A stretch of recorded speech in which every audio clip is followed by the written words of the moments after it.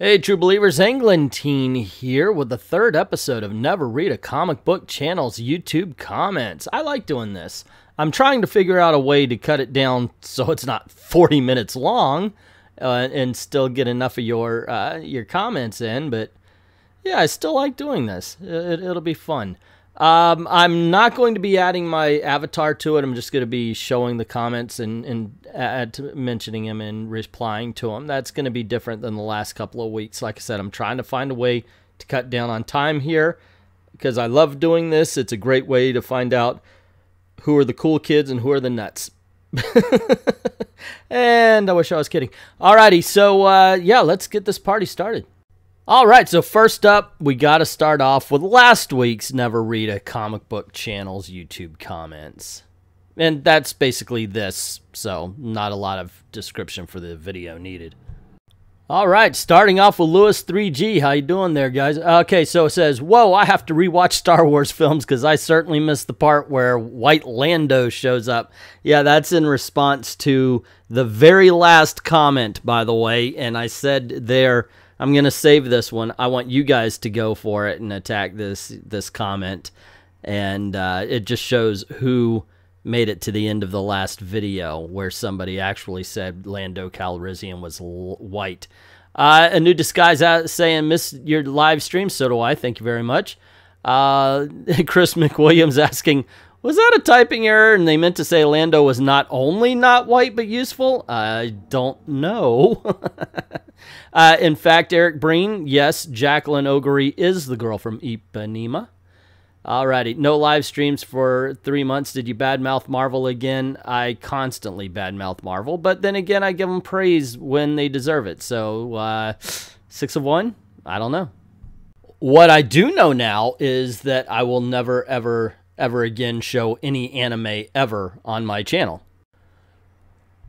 Okay, I hope I'm saying your name right, Jose, but Jose Brachera, or Brachera, I think it's, I don't know, Brachera. Anyway, says, you can always go to DC streaming service. That costs money, dude. I am in a bad way right now as far as that's all concerned. Let's see, Eric H., have you considered doing a top 10 hidden gems of modern comics? I kind of do that every Marvel versus DC, but I think actually something like that is warranted these days. Saber Wasp GG is saying, I like how you give advice on how to troll you. Absolutely. I'm sorry, but once again, if you've done this for a long time, you cannot get insulted because you've heard everything. So if you're going to troll me, then by all means be entertaining about it. Be funny, basically. I've got some great trolls here, especially during the live streams. You got to step up your game in order to affect me. So by all means, yes, absolutely, Saber Wasp. GT Media, my comment section isn't too bad yet. Yeah, it gets fun. It gets fun sometimes. And Scott Hunt is saying, I'm obviously not stating my point clearly. Oh, that's the whole identity politics. Dude, how about we just say we agree to disagree and keep it friendly? That's a long thing there, and I've already got one long message I'm going to be reading. But anyway, I definitely appreciate you taking time to watch the videos, even though you do disagree with me on certain things. Next up are the comments from Reign of the Superman Ignores Comic Book History, Epic Fail. This is my review of the Reign of the Superman movie. I didn't care for it. I thought it was loud and lacked characterization. It gave all that up for some fight scenes. I was in the minority on this one, as I found out. There are a lot of comments here, so I apologize I can't get to everybody, but I'll try to get to everybody who agrees with me. Like pancakes of doom. It's funny, when they first announced this two-part, they said they wanted to do a more accurate adaptation. Death of Superman was great. However, Reign of Superman could have worked better if they adapted it more like in the comics with a few of the filler removed. But nope, they're trying to reinvent the wheel where it is not needed. Like I said, I think they melded Superman King of the World and Reign of the Superman together, and it didn't work. They could have told that story. They would have needed a couple hours, though. I don't think it could have been done in 80 minutes.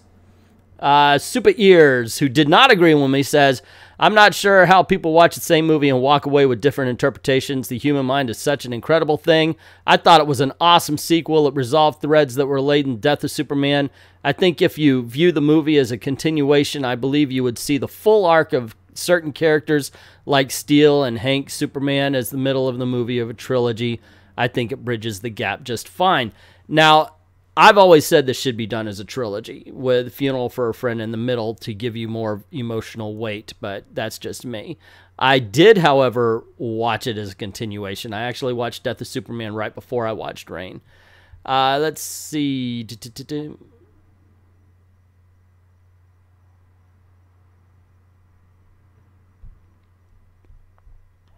And it's pretty good to know that everybody on this page agrees with me. I loved Reign of Superman. I did. It did a bit of stuff. I'm sorry, Devin, I just messed it all up. I loved Reign of Superman. It did a bit of story mixing, but overall I thought it was great. Dallas Derry is saying the movie is good. Time Foster, love this movie. Jack Prime, geez, dude. It's only an interpretation. I think it's awesome. Popstar Princess, what's up, Princess? Saying, I liked it. Superbly. Woo! I think you meant Superboy, but I'm going to read it as Superbly. I can't talk. Canceled Teen Titans Go says, I feel this movie should have been in 2 parts. I agree the last half of the film is just fighting, and the final fight between Cyborg Superman and Resurrected Superman should have been more faithful to the comics, since when Superman was resurrected, he didn't have his powers and needed all the help he can get against Cyborg Superman, and the Eradicator sacrificed himself, in which caused Superman to get his powers back. It's still like the film, and that's absolutely fine. I actually don't put any malice towards people who disagree with me. I think it's awesome that anyone who enjoyed the movie spent their time far more wisely than I did, especially since now I'm thinking of watching it again just to see, okay, did I miss something? Let's see, Devin Bishop. I loved Death of Superman for whatever reason. It connected with me. I didn't like Reign as much, but I did enjoy it. I was a huge Superboy fan as a kid, and it was especially cool to see a version that was more like the one that I was such a big fan of, and not the Young Justice version. I was particularly attached to the original Death Reign comics. I didn't start reading comics until a few years after they were published, but I preferred this as an adaptation to, yeah, oh, definitely it's better than Superman Doomsday. Yeah, oh absolutely. I do agree with you on that. Poop Manelson, okay, is saying you can't fault Reign for that. I don't fault the movie. I fault the movie's creators. See, what they could have done and what I was hoping for is that they focused on each of the Supermen being heroes, and then you finally find out that one isn't, and so they have the big brawl, in which case the real Superman comes out of the woodworks. That, my friend, is how I envisioned it. That's the basic story of the Reign of Superman. They failed. It's over 9,000 production, says, I hate all the new 52 DCA movies, but I thought that Death of Superman was great. I disagree with the thought. I mean, hey, you know, like what you like, hate what you hate. I kind of like a lot of them, as a matter of fact. As a matter of fact, I like a lot of the movies more than I like the comics. Next up, the comments on the Green Arrow is DC Comics' answer to Batman video. It's my first appearance Friday video about him. I need a better title, something I can put on the videos that will be kind of uniform yet still draw people in.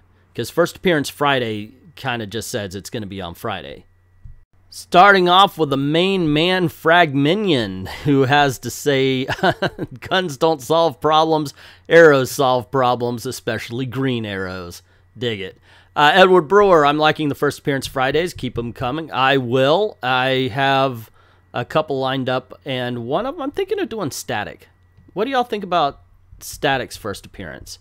Pope Size. So, Old Man Comics, how old was you when this came out? I was sperm. I must agree that it was a fun story, although a bit silly in parts. God bless the golden age, right? Time Foster is saying, sadly, CW gave us Bad Arrow, not Green One. Yeah, I'm a fan of the CW show, except for Supergirl. This year I became a Supergirl villain. Dave says, I like Green Arrow, been reading him since Rebirth. I've dropped so many DC books thanks to Bendis, Didio, and King. Still buying this one. That's awesome, man. I like the recent issues, especially since Green Arrow's like DC Comics SJW, and he's actually going up against a real Antifa-like SJW, so it's kind of getting thrown in his face. Eric Breen, how you doing, buddy? He's saying, I told myself I wasn't going to watch any more videos today. I told myself I was going to binge some Kaminsky Method. You're old. Some Punisher, but I'm addicted to First Appearance Friday, so here I am. Dude, thank you very much. Obviously, on Fridays, this is going to be a regular thing because I enjoy it. Speaking of the Punisher, that's the next video we're checking out the comments too. But right now, we're going to go to Trainer Red saying, knowing today GA won't cut even with his red ideals because of his gender, I guess I have only saw the TV show and not much of the comic version, but I think GA is a cool character. Me too.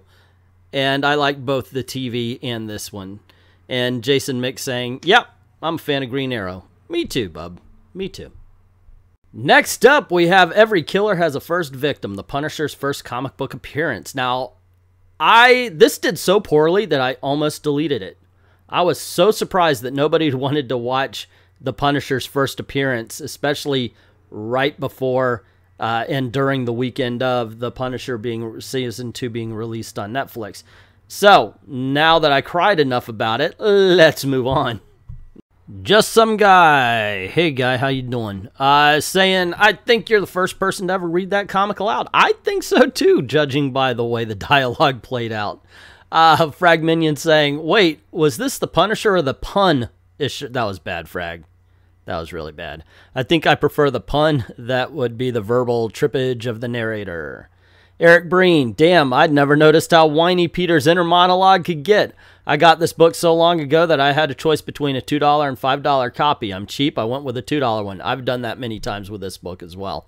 I must have owned like 4 or 5 copies of this in my lifetime. Also, the reason the Jackal was able to get the drop on Spidey was because he was Professor Warren, and dear boy, haven't I always been there for your friend? Nah, I don't buy that either. I agree with you. That's kind of silly. Mike Stanmore, you inspired me to rummage around and find my copy. I'd forgotten about the Jackal. Well, I hope you enjoyed it. Pope's Eye, so this is the first appearance of the Punisher. So far, so good, but now he's just an assassin. When did he become the character we know today? Where did he get his origin? I do know in the 80s he went through a bit of a period where he was insane, and they kind of darkened him for his miniseries, but I think Punisher Max is where it went full off the rails. Thanks, Englentine. Well, you're welcome, sir. Thank you very much for watching. I really do appreciate any and all views and comments. Madanui saying, Punisher's creation sounds like a string of everyone just saying, well, this sounds interesting, let's do it. You know, now that you mention it, I think I agree with you. He also says, Spidey, you are a vigilante. Everything you do is illegal. You are, by the way, by the very definition, a criminal. You're right. You're right. Alrighty, next we have Marvel Comics versus the comic book community. This is basically about fan clubs from the past. It's a lot of fun. I recommend this video a lot. And it really does kind of highlight the way they really wanted us to come into the fold back then and how it seems like they just don't give a care now. Just Some Guy, once again, says, see, I'm not old enough to remember any of this. I didn't even get into comics until the 90s, so I missed all of this kind of stuff. The closest I got was the DC magazine based on the Batman the Animated Series. It was like a club magazine, but without the cool memorabilia. I think they may have given a card or something, and I'm surprised there wasn't a Green Lantern or a Legion of Superheroes club. Those are just begging for one with the rings. And I do mention in the replies there, I do think I mentioned that there was like a Legion Outpost fan club, but I don't know if they had memorabilia. I didn't find anything about that.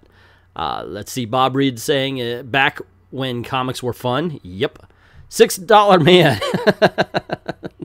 I like that name, sir. Actually, if you dip back into the Western genre, I'm pretty sure there was a Lone Ranger, Creed, and I think Hopalong Cassidy had something similar. Yeah, I do know those existed, but I was mainly focusing on the Marvel DC fan clubs and such. Jacqueline Ogre, the girl from Ipanema herself, is saying, who here is a member of the EC Fan Addict Club? Anybody? Anybody? Hollizler, I think I said that wrong. 235 said, I don't get why you guys don't ever start a Discord service. I've got one. I just can't really use it. Yep, that's me. Alrighty, now we have Jim Forever. Kind of wrote a book here, but let's see. The last days of 1964, and I've first seen the full-page ad for the MMM, and how I wished I had the bucks to spare to send off for it.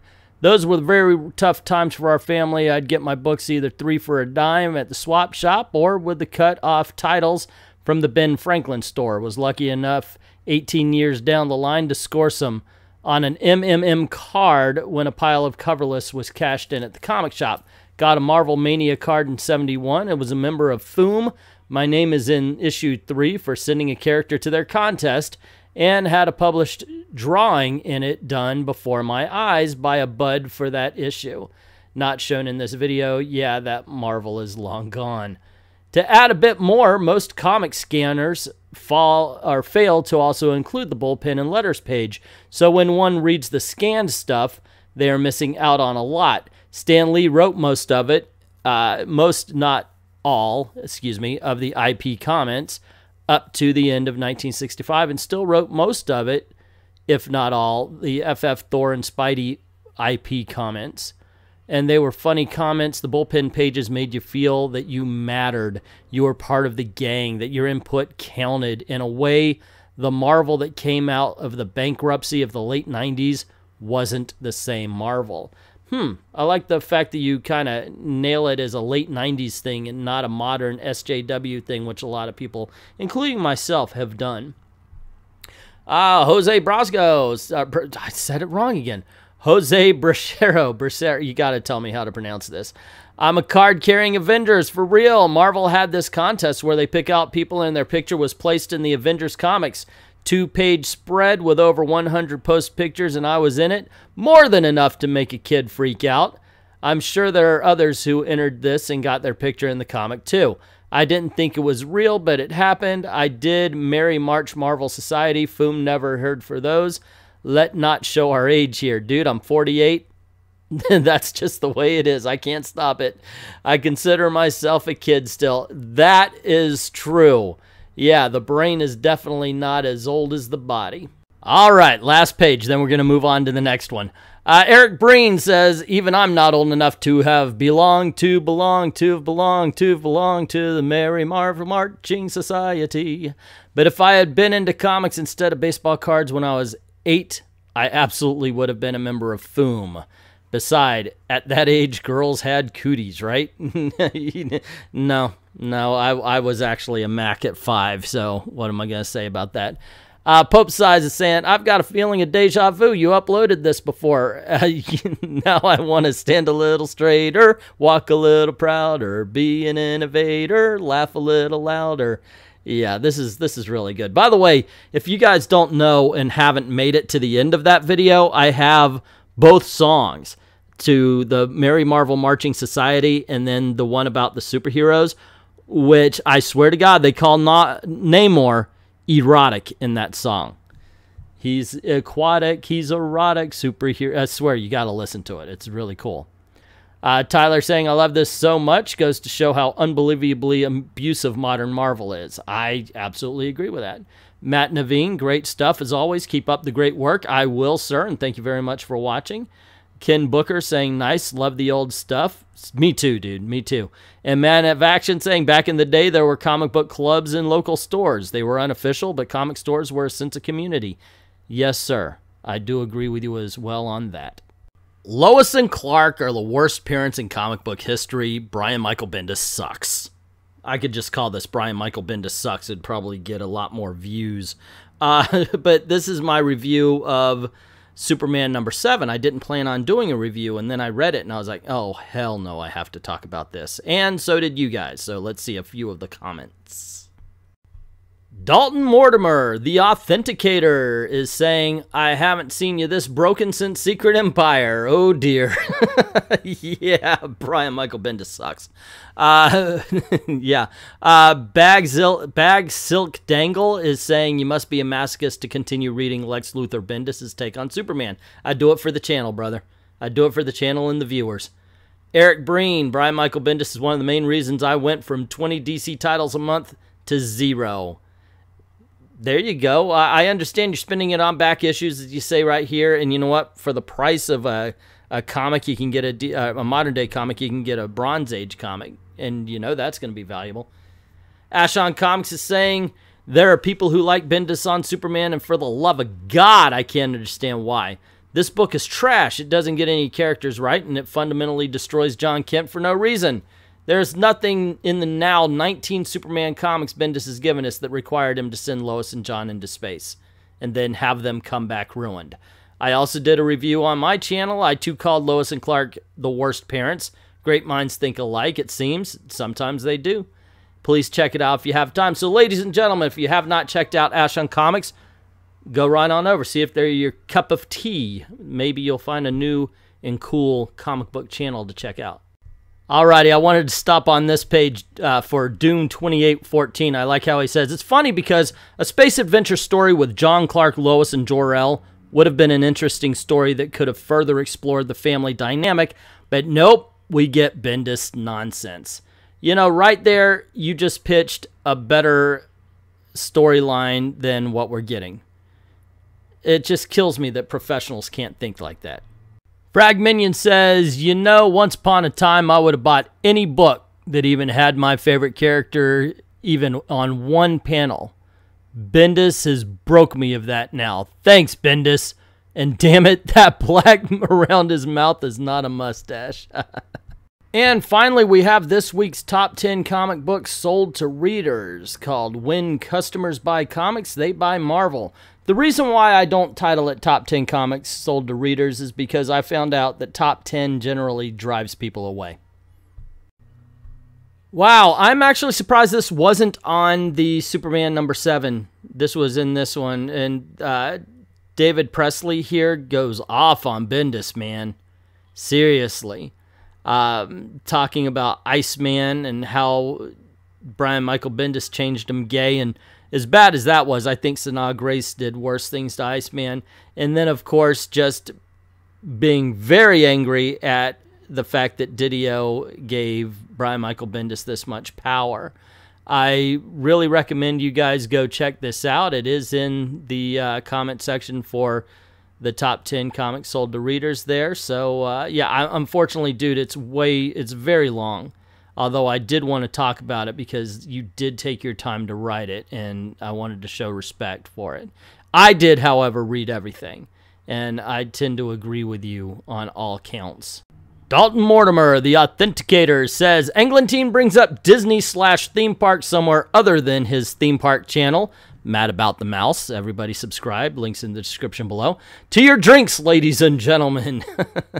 Are we still doing the drinking game when it's not a live stream, Dalton? I think that is a good idea. Why is this happening? Well, because I don't have my live stream, so I figure what the heck, I'll read off reviews. Gregor Black, 3 minutes in, a particularly edgy juggalo. Okay. I don't remember what I said. Let's see. Jose once more says, how come there's no Midtown Comics NYC? Because I did a survey myself on all 3 locations in Manhattan. If you were to go through their list, 40's West Side would sell out, but the East Side location doesn't. Oh, okay. Well, that's something I find out as I'm doing this particular thing. You can have people in the same city with different sales numbers. All right, one more from Jose, who says, I predict Conan will be in Avengers BC, join Odin and the Phoenix, Ghost Rider, Black Panther, Starbrand, Hulk team-ups with Man-Thing, crazy battle with Apocalypse if these characters are in the BC area. I can actually see that happening. Unranked Chevron saying it's Jason Aaron. Of course he's going to ruin Conan. So far, so good, Rank. Seriously. I've been digging Conan, man. JoeMan999, as someone who hates that what Bendis is doing to Superman and the family, it pisses me off. It's selling so well. Yeah, I absolutely agree. It will mean that I totally agree. However, I think a lot of people are interested in the damage done to Superboy right now. And I hope that's exactly what's happening. Pope Size, by the way, some of the stores are writing about the weeks. I kind of get a feeling that some of them are watching these videos. Maybe. I do believe that Bleeding Cool watches the video because I've seen them use some of my phrases. But since I've used some of their articles, give and take. Now, I do like to visit some of the older videos I get new comments on. In this case, the writer and artist of Meth the Immortal decided to chime in. And Kevin Miller, the writer, said, "Wow, amazing. Someone just pointed out this video to me. So glad to hear how much you enjoyed Meth the Immortal. Issue 3 coming soon." And Conduit of Light says, "Thanks for the awesome plug. Meth the Immortal is Kevin Miller's first serial comic. He is no stranger to writing. I'm very happy to be along for this creative experience. I'm the artist. I hope to draw quite a few more issues of this hilarious adventure." And you know what? It really is good, guys. If you haven't yet read Meth the Immortal, by all means, check it out. It is a lot of fun. The next one was on a really old video called How to Make America Great Again. If I Wrote Comics, America Chavez, No More SJW Activism. Man, I wrote out some long-ass titles. Silas Brixton basically just said, "Thank you for doing this." Man, dude, thank you very much for watching this, man. I mean, this is an older video, and I certainly appreciate it whenever anybody goes back into the archives and checks out what we used to do. This one in particular, now, it was done by me and my brother. This, If I Wrote, was my brother's baby, but there were a couple of them that I did and a couple of them that we worked on together, and this was one of the ones we worked on together, but we thoroughly enjoyed doing this. So there you go, gang. Those are the comments. Those are my comments on the comments. What comments do you have about the comments on the comments? Exactly. Let me know in the comments section. Also, if you do like these videos, please let me know. Just click like, share, subscribe, hit that notification bell, and don't forget to actually watch the videos. That's very important. Also, please go on over to Patreon, drop $1 in the till, or Ko-Fi. That even has monthly, or if you just want to leave a tip in the tip jar, go right on ahead. There is content specific to Patreon and to Ko-Fi, and soon there's going to be specific Ko-Fi content and specific Patreon content. I am working hard for your pleasure and hopefully your dollar. So I'd like to thank everybody who's already done that, and to everyone, all of the true believers, thank you very, very much for watching.